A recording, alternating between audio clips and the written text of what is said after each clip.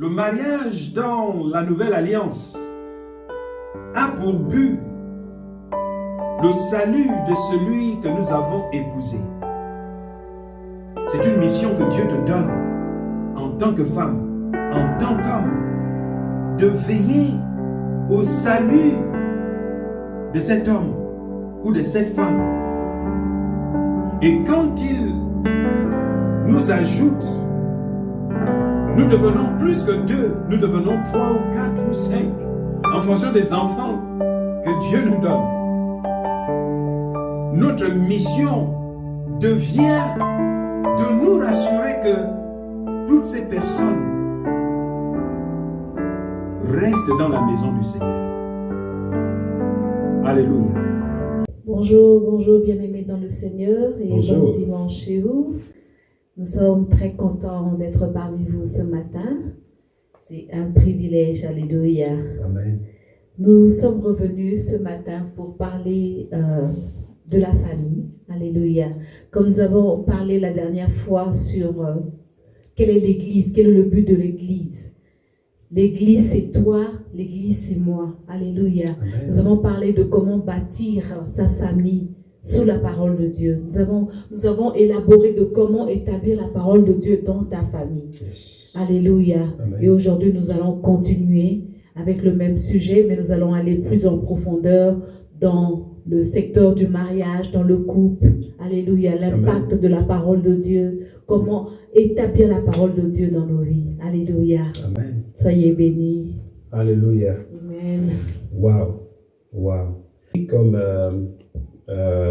ma femme venait d'introduire, aujourd'hui nous allons essayer en fait d'élaborer sur le rôle du couple dans cette église qu'est la famille. La femme a un rôle, le mari a un rôle, les enfants ont un rôle. Donc, ce sont en fait des rôles qui vont être importants lorsque vous commencez à inviter les gens. Il faudra déjà que l'église que vous êtes, la famille que vous représentez aux yeux de Dieu, que vous soyez en fait établis dans la parole de Dieu, afin que ceux qui viennent reçoivent de vous. Alléluia. Gloire à Dieu. Donc aujourd'hui, nous allons un peu discuter sur le ministère d'un couple. Un couple marié. Alléluia. Nous ne parlons pas de ceux qui vivent en concubinage. Nous ne parlons pas de ceux qui, en fait, les couples selon le monde. Mais nous parlons, en fait, du couple selon Christ. Ceux-là qui ont reçu la bénédiction du Seigneur et qui sont reconnus, enregistrés au ciel comme étant une famille, comme étant un couple en Christ. Alléluia. Quel est le rôle du mari? Quel est le rôle de la femme? Et qu'est-ce que le Seigneur dit de chacun de ces rôles? Alléluia. Donc, la première chose à retenir, c'est que le ministère de tout couple marié en Christ, c'est le service. Alléluia. Gloire à Dieu. C'est le service. Le Seigneur Jésus a expliqué aux disciples, à tous ceux qui croient en lui, que le plus grand dans le royaume des cieux, c'est le serviteur. Et vous voyez, en fait, on tend toujours à vouloir, en fait, mettre les principes de la Bible hors du mariage. Avant d'être un couple, avant que tu ne sois ma femme, avant que je ne sois ton mari, tu es chrétienne. Tu crois en Jésus-Christ. Tu as reçu le Seigneur Jésus. Tu as le Saint-Esprit. Et Dieu a fait de toi une église. Il habite en toi. Il te bâtit. Alléluia.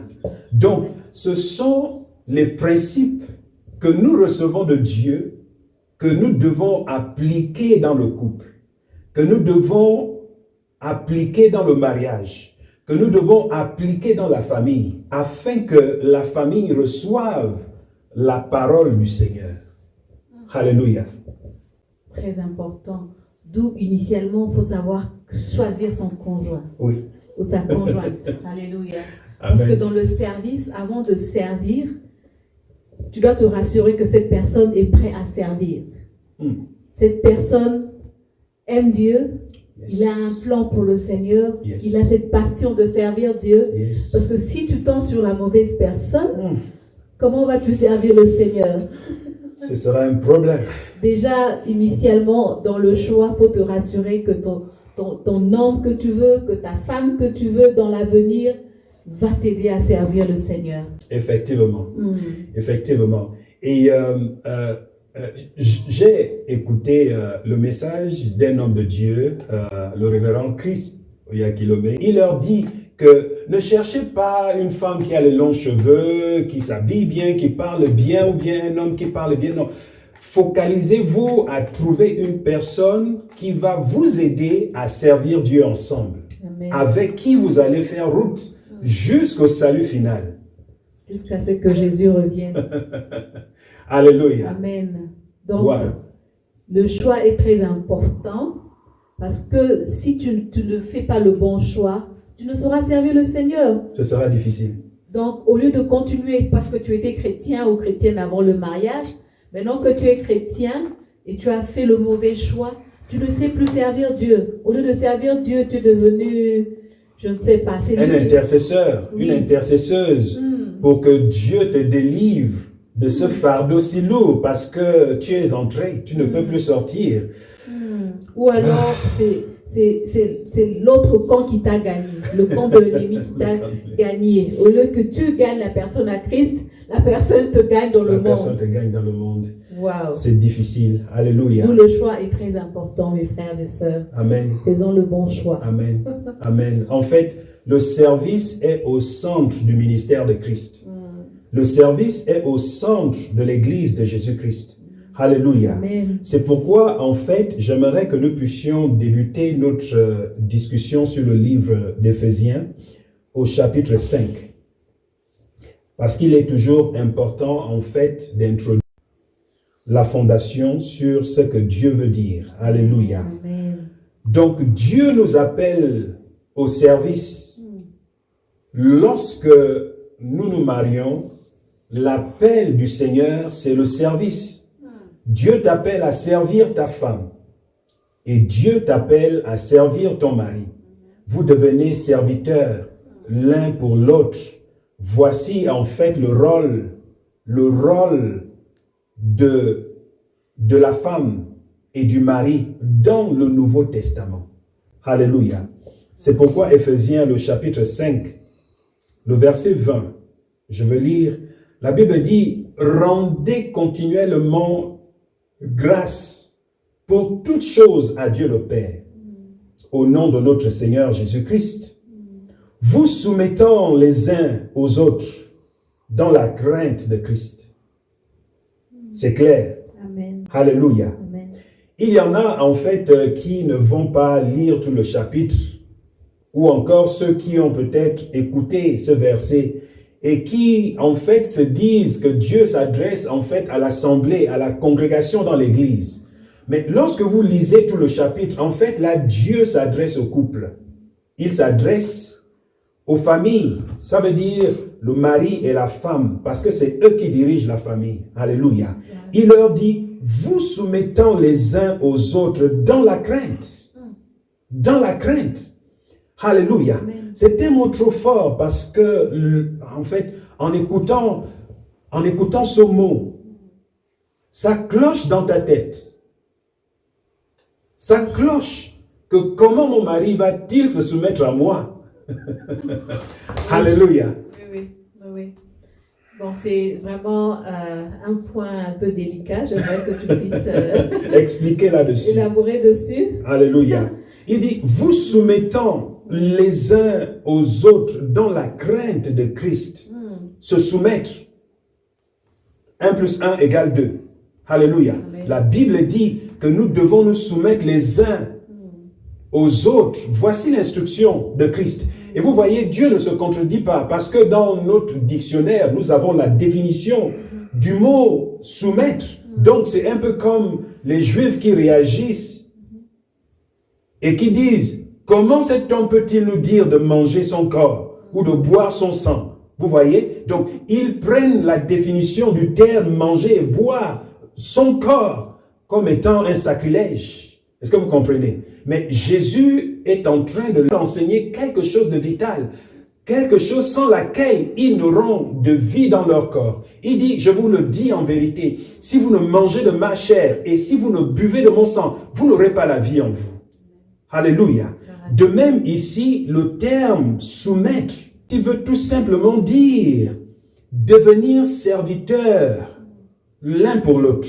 C'est ça que ça veut dire. Vous soumettant, il dit, vous soumettant les uns aux autres dans la crainte de Dieu. Ça veut dire devenir serviteur l'un pour l'autre. S'entraider. S'entraider. Dans la crainte de Christ. Alléluia. Amen. Donc, c'est un terrain où le mari et la femme doivent se compromettre. Le mari, en fait, il sait qu'il est le chef de la famille. Amen. Il est le chef de l'église. C'est le pasteur après Christ. La Bible dit, c'est d'abord Christ. Ensuite, c'est le mari. Ensuite, c'est la femme. Donc, la femme a un ministère envers son mari et un ministère envers ses enfants en l'honneur de Christ. Amen. Alléluia. Amen. De même, le mari est redevable à Christ, mais également, il est aussi redevable à sa femme parce qu'il doit se rassurer de transmettre la vision de Christ, Amen. Sans laquelle même ses prières ne pourront être acceptées au ciel. Wow.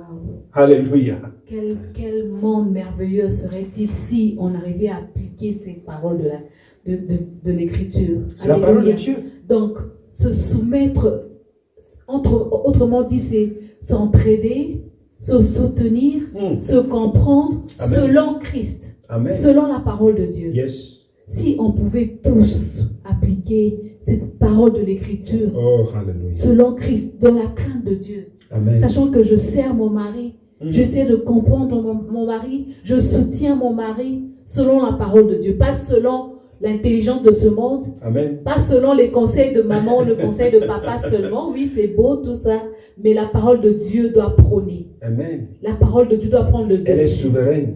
Pas avec l'intelligence de ce monde, mais selon Dieu. Amen. Pas Amen. Selon ton intelligence à toi-même, Amen. Mais selon la parole de Dieu. Amen. Très important. Si on fait, on aura des mariages heureux. Alléluia. Alléluia. Alléluia. Autre chose aussi que nous tendons souvent à ignorer, je pense que c'est tout simplement l'ignorance, c'est que chaque action, tout ce que nous faisons dans la maison, en couple, donc tout ce que tu fais pour moi, tout ce que je fais pour toi, a un impact éternel. En d'autres termes, ce que tu fais pour moi ou ce que je fais pour toi va faire en sorte que tu sois établi en Christ. Que tu aies la joie de servir Dieu. Alléluia.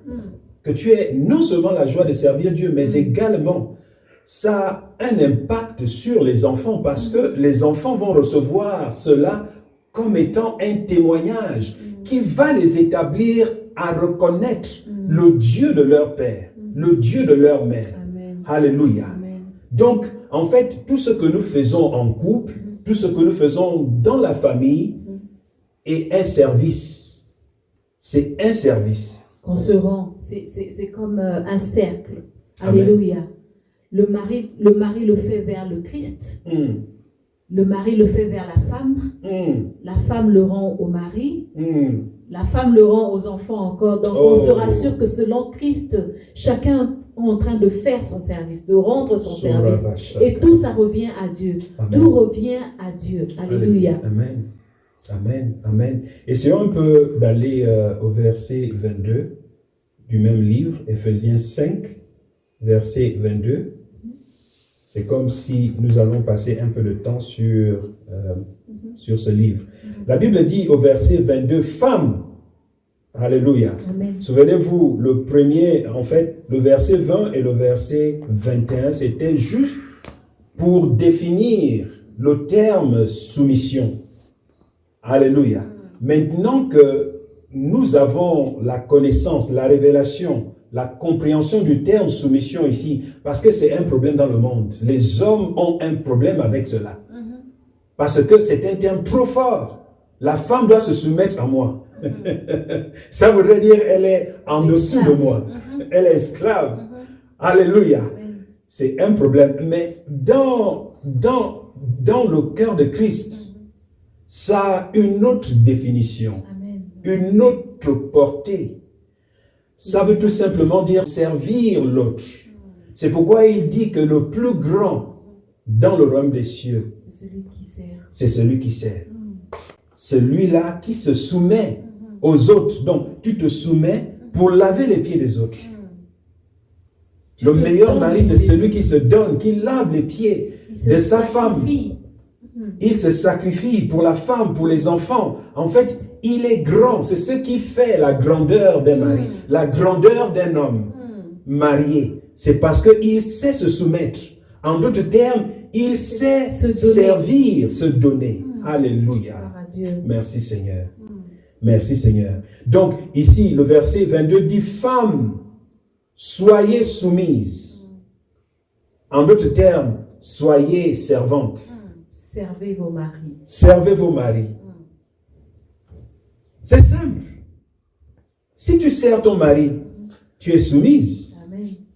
Alléluia. Donc, quoi que tu fasses dans le service, tu te soumets. Alléluia. Amen. Et là, c'est pas seulement la cuisine, la nourriture, tout ce qu'on fait dans la maison. Non. Il s'agit de tout.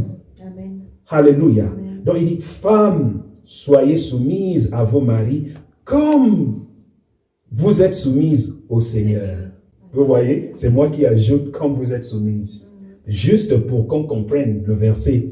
Il dit, femmes, soyez soumises à vos maris comme vous êtes soumises au Seigneur. Donc, la même soumission que vous avez envers Christ, le même service que vous offrez à Christ, c'est le même service que vous devez offrir à votre mari. Alléluia. Car le mari est le chef, ça veut dire le pasteur de la femme. Comme Christ est le chef, ça veut dire le pasteur de l'Église, qui est son corps et dont il est le sauveur. Or, de même que l'Église est soumise, ça veut dire l'Église sert Christ, donc soumise à Christ, les femmes aussi doivent l'être à leur mari, en toutes choses. Amen. Vous voyez? Amen. En toutes choses. Donc, ne réfléchissez pas, dites, ah, mais qu'en est-il de... Non, la Bible dit, vous devez vous soumettre à vos maris en toutes choses. Ça veut dire les servir en toutes choses. Ne vous dites pas, mais non, mais lui, c'est un avocat. Moi, je n'ai pas d'intérêt dans ce domaine. Non, vous devez en fait le suivre en toutes choses. Amen. C'est pourquoi Sarah décide de suivre Abraham en toutes choses, à telle enseigne qu'elle appelle Abraham Seigneur. Alléluia. Gloire à Dieu. Donc, voici le plan de Dieu. Le désir de Dieu, c'est que nous puissions nous soumettre les uns aux autres, l'un à l'autre. Amen. C'est la soumission. Amen. Et la soumission veut dire service. Alléluia. Amen. Lorsque nous commençons à établir ce type de choses, ce genre de choses, beaucoup de difficultés, beaucoup d'obstacles, plusieurs chaînes commencent à tomber par elles-mêmes. Nous allons nous rendre compte que nous allons vivre dans une atmosphère paisible. Paisible. Alléluia. Il y aura moins de querelles entre nous. Si la base est Christ, si tu te dis que je sers mon mari, je me soumets à mon mari selon Christ, Merci, tu n'auras Seigneur. pas de difficultés. Tu n'auras pas ce problème. Non, il est en train de me traiter comme une esclave. Non, il veut être au-dessus de moi. Non, il veut me diriger. Non, mais c'est selon Christ, c'est selon la parole de Dieu. Alléluia. Et tu vas te rendre compte, femme, si toi de ton côté déjà, tu as déjà ces, comment dire, tu as déjà ce désir-là de rendre les choses paisibles, Amen. de rendre l'atmosphère calme dans la maison, dans ton foyer. Alléluia. Tu es là juste pour servir. Tu te rassures que tu fais la joie de ton mari. Oh, Alléluia. Sarah, Penses-tu que si déjà il voit que ton cœur est pur, tu as des bonnes motivations. Va-t-il venir s'accabler, ou je veux dire s'énerver contre toi pour sans raison? Je ne pense pas. Non, je ne pense absolument pas. non. Parce que tes motivations sont Christ. Oh, tes motivations sont basées sur la parole de Dieu. Amen. Et tu te rassures, mon Dieu, je suis en train de faire ceci, non seulement par amour pour mon mari, mais pour le Christ aussi. Amen. Selon ce que Dieu a dit. Yes. Je fais la volonté de mon Père. Je sers mon mari selon la volonté de Dieu. Amen. Et Dieu Oh, va se wow. rassurer qu'il y ait une atmosphère paisible dans votre maison, dans votre foyer, et Dieu sera Il glorifié. y aura la joie. Ce sera la paix. Alléluia. Mais même quand l'ennemi peut venir, puisque vous êtes basé, votre relation, votre foyer est basé sur la parole de Dieu, Il sera impuissant. il sera impuissant parce que vous accomplissez la parole Il n'y de aura Dieu. pas d'issue. Ça peut être difficile, c'est vrai que nous parlons, mais quand on pratique, c'est autre chose. Ouais. Mais plus on le fait, plus la parole de Dieu est établie en vous, l'ennemi n'aura pas d'issue. Alléluia. Alléluia. Nous sommes en train d'élaborer ceci. Ce n'est pas que nous sommes parfaits, non. Pendant que nous sommes en train de le faire, le Seigneur est en train d'agir aussi en On nous. pratique ces Voilà. choses. Et le Alléluia. Seigneur C'est est un combat en glorifié. fait. C'est un combat. En fait, on est en train de lire les principes, la volonté de Dieu, mais nous savons aussi qu'il y a un ennemi. Alléluia. Qui est contre le mariage. Voilà, il est contre. Et c'est pourquoi nous sommes en train de parler de ces choses-là. C'est pour détruire les œuvres dévoilées et les œuvres qui sont cachées Amen. du malin. Amen. Il est contre l'union, il est contre l'amour, il est contre les mariages, il est contre les foyers, Amen. il est contre les familles, il est même plus contre que votre famille puisse en fait se Être unie. consacrer au Seigneur. Il ne veut pas cela. Alléluia. Le diable est contre l'unité, le savez-vous, mon frère, ma soeur. Donc Yes. à tout moment, il veut se rassurer que vous soyez divisés Amen. pour qu'il puisse venir entrer. Yes. Quand on est divisé, c'est là que le diable entre. D'où l'unité selon la parole de Dieu est très importante. Wow. J'aimerais que nous puissions un peu aller dans le livre de 1 Pierre, chapitre 3, juste pour en fait voir un peu ce que Dieu dit du service de la femme. Alléluia. On a parlé de la soumission, on a parlé du service. Donc, 1 Pierre 3, je vais lire le verset 3. Donc, un message envers les femmes dans le mariage. Alléluia. Amen, amen. La Bible dit, femmes, vous voyez, soyez de même soumises. Le même terme revient. En d'autres termes, femmes, soyez de même servantes de vos maris. Donc, soyez de même soumises à vos maris, afin que si quelqu'un, donc si quelques-uns, donc là, il s'adresse à un groupe de femmes dans l'assemblée, les femmes mariées, et il leur dit que s'il arrive que certains de vos maris, s'il arrive qu'il y ait un couple au milieu de vous, dont le mari, en fait, ne comprend pas. Et là, souvent, pour ceux qui sont imprégnés de ce verset, on tend à croire qu'il s'agit des femmes qui sont mariées aux maris inconvertis. Donc, on se dit, à travers notre attitude, on va les gagner. Non. Il s'agit même de ceux qui sont déjà en Christ. Alléluia. Parce qu'il arrive souvent des situations où, à cause des challenges que nous avons dans le couple, il arrive que le mari soit à un niveau où il ne t'écoute plus. Il ne croit plus tout ce que tu dis. Et ça, Oui, vas-y. c'est très alarmant parce que c'est la perdition pour l'autre. Si déjà on atteint ce niveau, l'autre ne croira même plus en Dieu à cause de toi, à Oui. cause de tes mauvaises actions. Oh. Wow. Très important. Wow. Wow.